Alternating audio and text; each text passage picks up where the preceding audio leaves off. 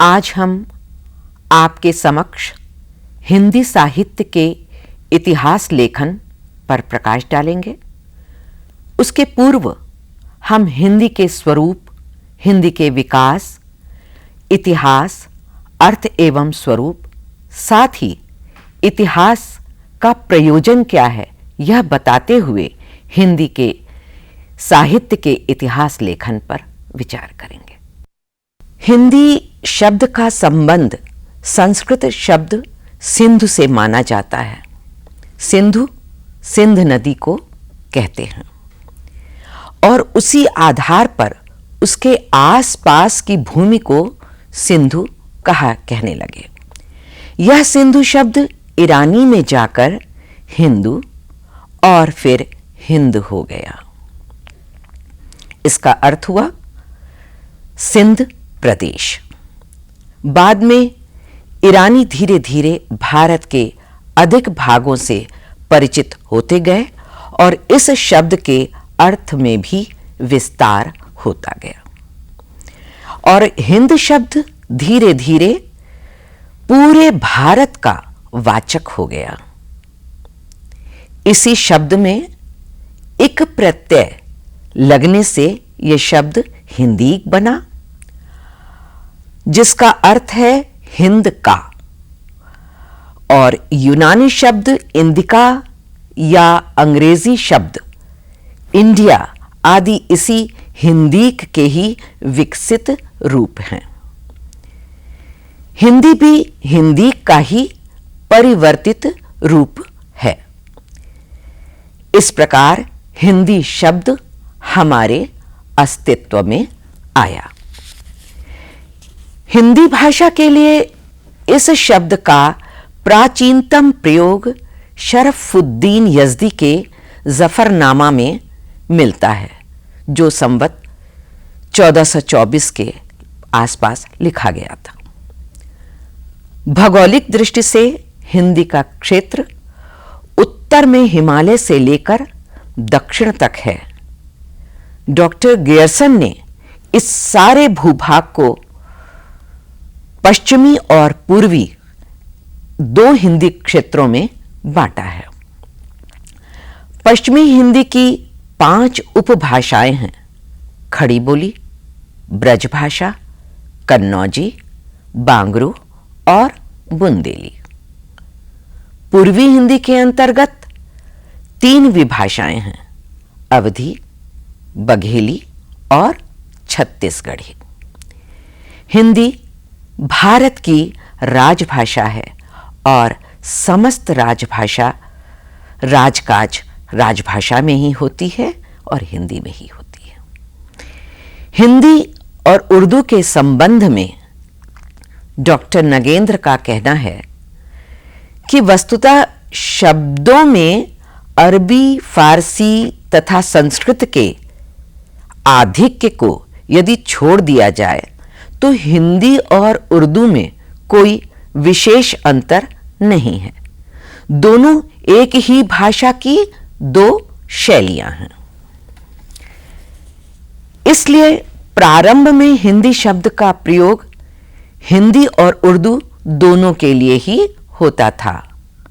अनुमान है कि 19वीं सदी के प्रथम चरण में अंग्रेजों की विशेष भाषा नीति के कारण इन दोनों को अलग अलग भाषाएं माना जाने लगा। उर्दू को मुसलमानों से जोड़ दिया गया तो इधर हिंदी को हिंदुओं से जोड़ दिया गया। यदि अंग्रेज बीच में न आए होते तो आज ये दोनों भाषाएं एक ही होती। अपने सीमित अर्थ में हिंदी शब्द का प्रयोग प्रमुख रूप से हिंदी भाषी प्रदेशों में बोली जाने वाली भाषाओं के लिए ही होता है। एक तीसरा संकुचित अर्थ में भी हिंदी का प्रयोग खड़ी बोली के परिनिष्ठित हिंदी रूप में लिए प्रयोग किया जाता है। यही हिंदी आज पूरे भारत की राजभाषा के रूप में व्यवहृत होती है। आकाशवाणी तथा दूरदर्शन द्वारा इसी हिंदी का प्रयोग होता है। अध्ययन अध्यापन द्वारा, और बल्कि यूं कहें कि अध्ययन अध्यापन हेतु इसी हिंदी का प्रयोग समाचार पत्रों में भी, पत्रिकाओं में भी और पुस्तकों में भी होता है। हिंदी के विकास के विषय में हम ये कहेंगे कि देश में बोली जाने वाली समस्त भाषाओं का विकास दो वर्गों की भाषाओं में हुआ है। दक्षिण भारत में बोले जाने वाली भाषा का संबंध द्रविड़ से, उसको द्रविड़ कुल कहते हैं, और उत्तर भारत की भाषाओं का संबंध आर्य कुल से है। संस्कृत व्याकरण के नियमों में बंधे रहने के कारण जनभाषा के रूप में प्राकृत भाषा की उत्पत्ति हुई। आगे चलकर यह भाषा 4 भागों में विभाजित हुई। महाराष्ट्र में महाराष्ट्री, ब्रज में शौरसेनी, बिहार में मागधी और अवध में अर्धमागधी के रूप में हुई। व्याकरण के नियमों के कारण यह भाषा भी जन सामान्य से दूर हुई। तब अपभ्रंश का जन्म हुआ और अपभ्रंश से ही हिंदी भाषा का विकास हुआ। हिंदी भाषा के विकास में बोलियों का महत्वपूर्ण योगदान रहा है। अब हम इतिहास, उसके अर्थ एवं स्वरूप पर चर्चा करेंगे। शाब्दिक दृष्टि से इतिहास का अर्थ है ऐसा ही था या ऐसा ही हुआ। इसमें 2 बातें स्पष्ट हैं। एक तो यह कि इतिहास का संबंध अतीत से है, दूसरा यह कि इसके अंतर्गत केवल वास्तविक या यथार्थ घटनाओं का ही समावेश किया जाता है। इसमें उन सभी लिखित या मौखिक वृत्तों को सम्मिलित किया जाता है जिनका संबंध अतीत की यथार्थ परिस्थितियों व घटनाओं से है, और साथ ही उसका संबंध केवल प्रसिद्ध घटनाओं से ही नहीं अपितु उन घटनाओं से भी है जो प्रसिद्ध न होते हुए भी यथार्थ में घटित हुई हैं। वस्तुतः आज इतिहास शब्द को इतने व्यापक अर्थ में प्रयुक्त किया जाता है कि उसके अंतर्गत अतीत की प्रत्येक स्थिति, परिस्थिति, घटना, प्रक्रिया एवं प्रवृत्ति की व्याख्या का समावेश हो जाता है। अतः संक्षेप में अतीत के किसी भी तथ्य, तत्व एवं प्रवृत्ति के वर्णन, विवरण, विवेचन या विश्लेषण को जो कि काल विशेष या काल क्रम की दृष्टि से किया गया हो, इतिहास कहा जा सकता है। इतिहास से कवि, साहित्यकार, उपदेशक, शोधकर्ता आदि विभिन्न वर्गों के लोग प्रेरणा ग्रहण करते रहते हैं और उनकी दृष्टि व पद्धति के अनुसार उसका स्वरूप भी बदलता रहता है।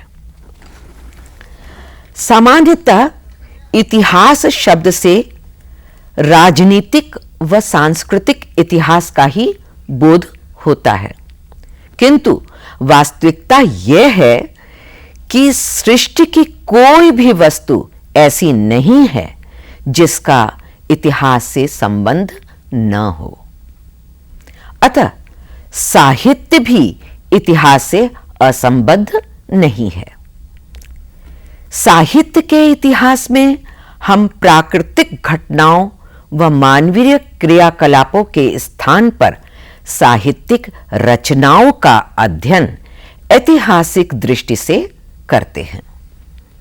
वैसे देखा जाए तो साहित्यिक रचनाएं भी मानवीय क्रियाकलापों से भिन्न नहीं हैं, अपितु वे विशेष वर्ग के मनुष्य की विशिष्ट क्रियाओं की सूचक हैं। दूसरे शब्दों में साहित्यिक रचनाएं साहित्यकारों की सर्जनात्मक क्रियाओं और प्रवृत्तियों की सूचक होती हैं। अतः उनके इतिहास को समझने के लिए उनके रचयिताओं और उनसे संबंधित स्थितियों, परिस्थितियों और परंपराओं को समझना भी आवश्यक है। कुल मिलाकर ये कहा जा सकता है कि इतिहास परिस्थितियों, प्रयासों तथा उपलब्धियों की अनुक्रमिक कथा है।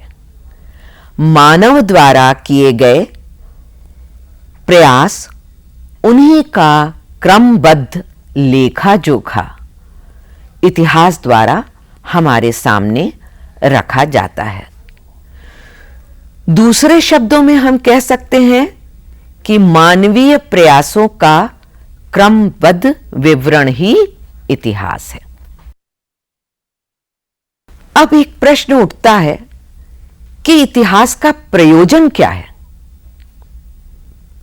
तो हम यही कहेंगे कि एक अच्छा इतिहास, एक अच्छा साहित्य इतिहास वही है जिसमें साहित्य के इतिहास को देश के इतिहास का एक अंग रूप समझकर साहित्य की प्रवृत्तियों तथा अन्य प्रवृत्तियों के साथ उसकी संगति बिठाई जाए। इतिहास का मुख्य बल इतिवृत्त अर्थात घटना पर होता है। विकास में उस अंश पर बल देते हुए दिखाया जाता है कि एक युग अपने विगत युग से और एक साहित्यकार काल क्रम में अपने पूर्ववर्ती रचनाकार से कहां और कैसे भिन्न है और कहां और कैसे विशिष्ट है। तो साहित्य का इतिहास अपने विकासात्मक अध्ययन में इसी पर केंद्रित रहने का प्रयास करता है। वैसे भी मानव सभ्यता और मानव के चिंतन मनन के क्रमिक विकास को जानने का प्रधान साधन मानव जाति के विभिन्न समूहों द्वारा रचित साहित्य ही माना जाता है। साहित्य में ही मानव के चिंतन, उसकी भावना और उसके विकास का रूप प्रतिबिंबित होता है। इसलिए मानव जाति के ऐतिहासिक विकास को जानने और समझने के लिए इतिहासकार विभिन्न देशों में रचित साहित्य का ही आधार ग्रहण करते रहे हैं। साहित्य में इतिहास अपने भावात्मक रूप में उपलब्ध होता है और इतिहासकार इतिहास के इसी भावात्मक रूप के आधार पर अन्य साधनों की सहायता लेकर इतिहास की रचना करता है। इतिहास हमें अतीत से रूबरू कराती है। कवि, साहित्यकार, उपदेशक, शोधकर्ता आदि विभिन्न वर्गों के लोग इतिहास से ही प्रेरणा ग्रहण करते रहे हैं और उनकी दृष्टि और पद्धति के अनुसार उसका स्वरूप भी बदलता रहा है।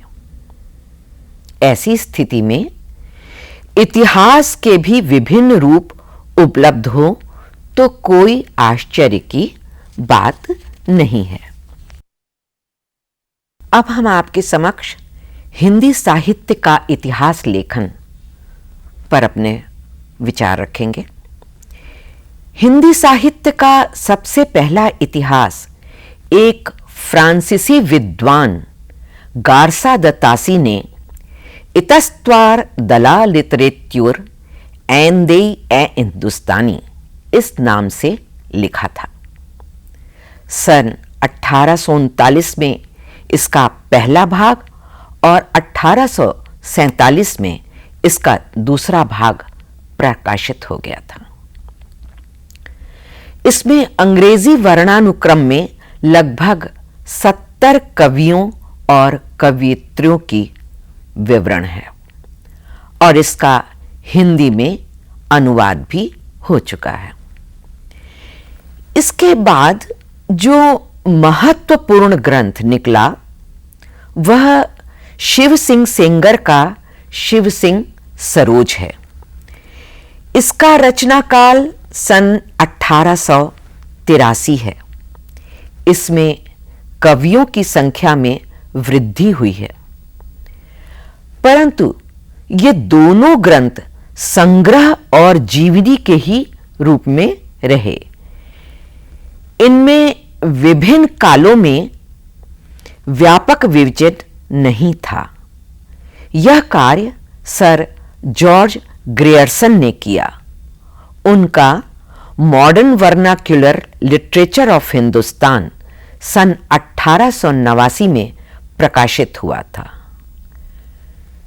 जॉर्ज ग्रियर्सन ने इस ग्रंथ में हमें काल क्रम के अनुसार साहित्य के काल विभाजन की विस्तृत जानकारी प्राप्त होती है।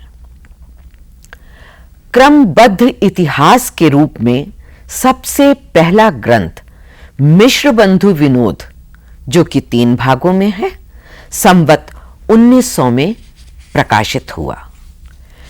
मिश्र बंधुओं ने अपने ग्रंथ को इतिहास की संज्ञा न देते हुए भी इस बात का यत्न किया कि यह एक आदर्श इतिहास सिद्ध हो और इस क्षेत्र में उन्होंने पूर्ववर्ती इतिहासकारों से अधिक सफलता मिली है। हिंदी साहित्य इतिहास की परंपरा में सर्वोच्च स्थान आचार्य रामचंद्र शुक्ल द्वारा रचित हिंदी साहित्य के इतिहास को प्राप्त है, जो मूलतः नागरी प्रचारणी सभा की भूमिका के रूप में लिखा गया था, जिसे आगे चलकर परिवर्धित एवं विस्तृत करके स्वतंत्र पुस्तक का रूप दे दिया गया। आचार्य रामचंद्र शुक्ल ने इतिहास के मूल विषय को आरंभ करने से पूर्व ही काल विभाजन के अंतर्गत हिंदी साहित्य के 900 वर्षों के इतिहास को 4 सुस्पष्ट कालखंडों में विभक्त करके अपनी योजना को एक ऐसे निश्चित रूप में प्रस्तुत कर दिया कि जिसमें पाठक के मन में किसी भी प्रकार की कोई शंका और संदेह के लिए स्थान ही नहीं रह गया। आचार्य शुक्ल के इतिहास की एक और भी विशेषता है। उन्होंने पूरे भक्ति काल को 4 भागों में या यूं कहें 4 शाखाओं में बांटकर उसे शुद्ध दार्शनिक एवं धार्मिक आधार प्रतिष्ठित कर दिया है।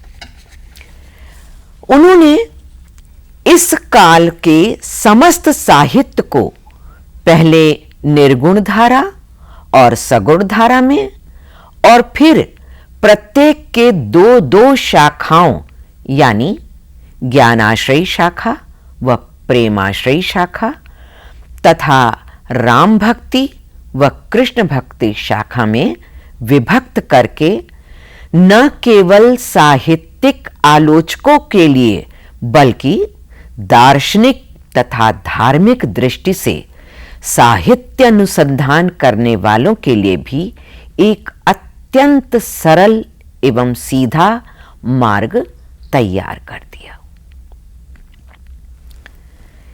इतिहासकार के रूप में आचार्य रामचंद्र शुक्ल की सबसे बड़ी विशेषता यह है कि उन्होंने कवियों और साहित्यकार के जीवन चरित्र को, यानी साहित्यकारों के जीवन चरित्र संबंधी इतिवृत्त अर्थात जीवन चरित्र संबंधित घटनाओं के स्थान पर उनकी रचनाओं के साहित्यिक मूल्यांकन को प्रमुखता दी है।